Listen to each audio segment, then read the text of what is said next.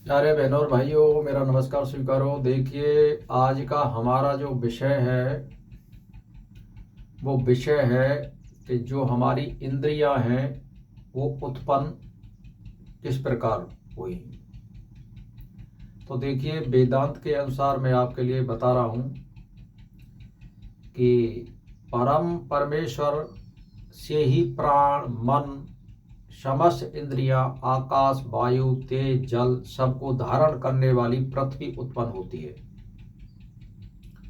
इस प्रकार इंद्रियों की उत्पत्ति का श्रुतियों में वर्णन होने से यही सिद्ध होता है कि इंद्रियां भी उस परमेश्वर से ही उत्पन्न होती हैं।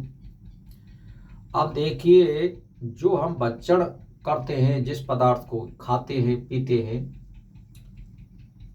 तो उस तेज का जो सूक्ष्म अंश है वह एकत्र होकर वाणी बनता है। यानी तेजस का जो सूक्ष्म अंश है वह एकत्र होकर के वाणी बनता है। वाणी यानी आवाज, जिसको हम बोलते हैं।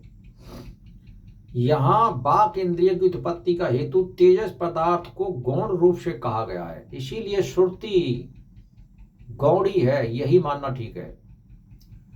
अब मान के चलिए कि श्रुति को गौण इसलिए कहा गया कि शतपथ ब्राह्मण आदि में इंद्रियों का 5 तत्वों की उत्पत्ति से पहले होने बताया गया है।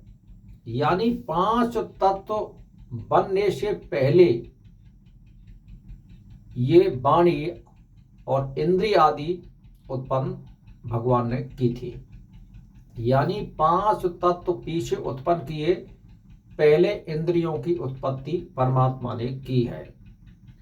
तो इंद्रियों की उत्पत्ति 5 भूतों से पहले बताई गई है। इससे सिद्ध होता है कि आकाश आदि तत्वों से इंद्रियों की उत्पत्ति नहीं हुई है। तेज से वाक की उत्पत्ति सूचित करने वाली श्रुति गौण है। तो देखिए, वाणी की उत्पत्ति का वर्णन तीनों तत्वों में उस ब्रह्म के प्रविष्ट होने के बाद, इसीलिए तेज से उसकी उत्पत्ति सूचित करने वाली श्रुति गौण है।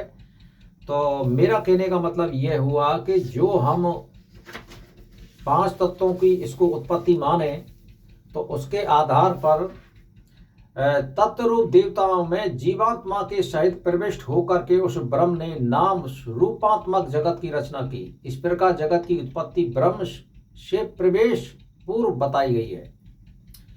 इसीलिए भी यह सिद्ध होता है कि समस्त इंद्रियों की उत्पत्ति ब्रह्म से ही हुई है, तेज आदि तत्वों से नहीं। अतः उपयुक्त श्रुति गौण है। यानी कहने का मतलब यह है कि इंद्रियां भी परमात्मा ने ही बनाई हैं और 5 तत्वों से पहले बनाई हैं। ये मान के चलिए, हमारी आंख, नाक, कान, जिह्वा, वाणी, जो भी कुछ बनाया है ये 5 तत्वों से पहले इसका निर्माण किया है। बाद में 5 भूतों की रचना की है परमात्मा ने। अब ये जो अंश बताए गए हैं भाई, जैसे मान के चलिए, नाक का जो सूत्र है वो गंध से है, और जिह्वा का जो यानी जीव का जो रस है वो जल है। ये अपने अपने एक प्रतिनिधि होता है। वायु का जो है तत्व जो है स्पर्श होता है।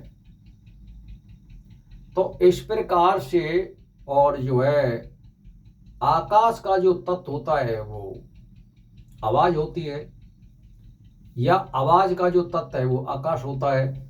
इस प्रकार से इन 5 तत्वों की उत्पत्ति, ये 5 जो भूत होते हैं इनसे पहले बताई गई है और सभी में। और ये किसने उत्पत्ति की है?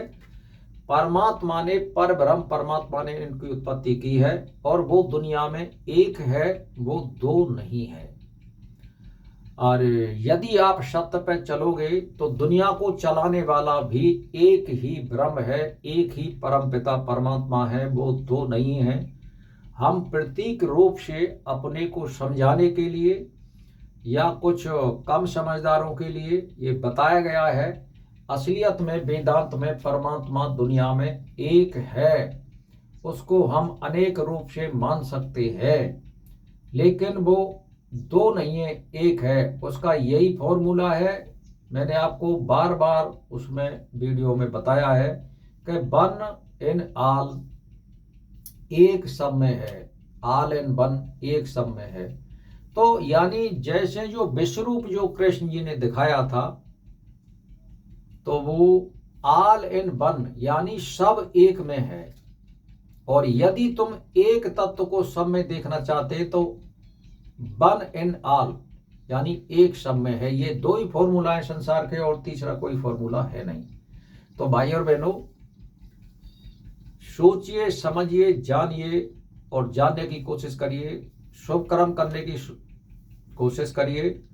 ज्यादा समय बेमतलब है मत गुजारिए, धार्मिक ग्रंथों को पढ़िए, उसमें मनन करिए, और किसी के साथ बेमतलब है बेवजह मत बैठिए, और बेमतलब के समय को जाया मत करिए।